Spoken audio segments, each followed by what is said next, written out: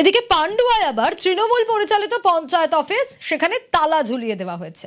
পঞ্চায়েতে তালা ঝুলিয়ে স্থানীয়দের বিক্ষোভ। ছবিটা দেখুন আগে।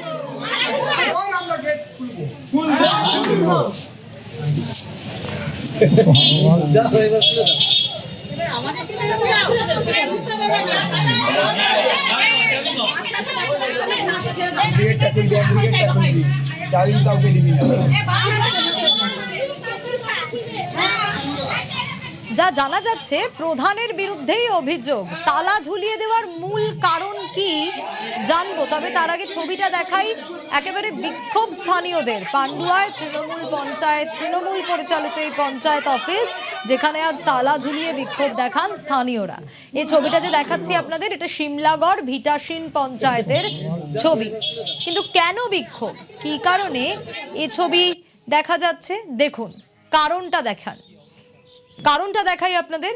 রাস্তা খারাপ, রাস্তা নিয়ে বিস্তর অভিযোগ। এলাকায় খারাপ রাস্তা। সোমনাথ রয়েছে আমার সঙ্গে। সোমনাথ, রাস্তা এরকম অবস্থা দীর্ঘদিন ধরে, মানে প্রধানের বিরুদ্ধে অভিযোগ, কারণ নিশ্চয়ই প্রধানকে বারবার জানানো হয়েছিল ঠিক করার জন্য। হ্যাঁ দেখো, তৃণমূল পরিচালিত যে পান্ডুয়া সিমলাগড় ভিটাসিন গ্রাম পঞ্চায়েতে দীর্ঘদিনের দেয়াল দশা, রাস্তাঘাটের জল নিকাশি নেই, জল নিকাশির সমস্যা রয়েছে।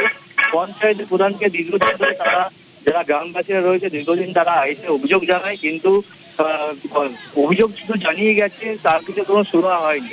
এই অল্প বৃষ্টিতেই দেখা গেছে যে এলাকায় এক হাঁটু জল।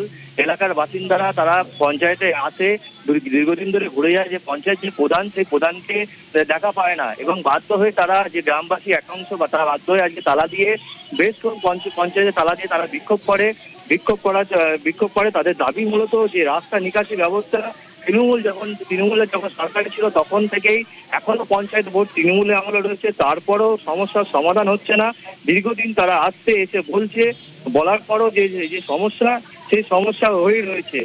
এই সমস্যার কথা যখনই তালা দিয়ে দিয়েছে পঞ্চায়েতে, শুনতেই ভিডিও এসে তাদের আশ্বাস দেয় যে অতি শীঘ্রই যে রাস্তা নিকাশি যে সমস্যা রয়েছে, সেই সমস্যা অতি শীঘ্রই যাতে সমস্যার সমাধান হয়, সেই যে আশ্বাসেই তারপরেই তারা গেটের তালা খুলে দেয় পঞ্চায়েতে, তারপরে কাজ শুরু হয়। এবং এলাকা